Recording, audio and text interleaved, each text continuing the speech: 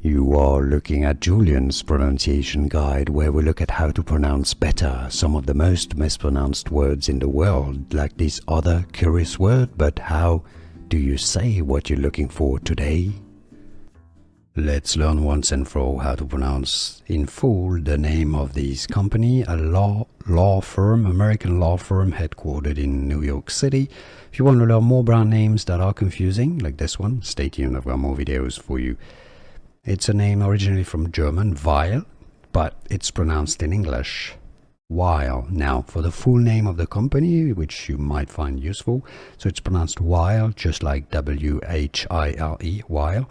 Weil, Gotshal and Manges is how it's usually pronounced. So, Weil, Gotshal and Manges, or in short, Weil. Here are more videos on how to pronounce more confusing words and names too many mispronounced. Like this video if you found it useful. I appreciate your support. I'll see you soon and thanks for watching.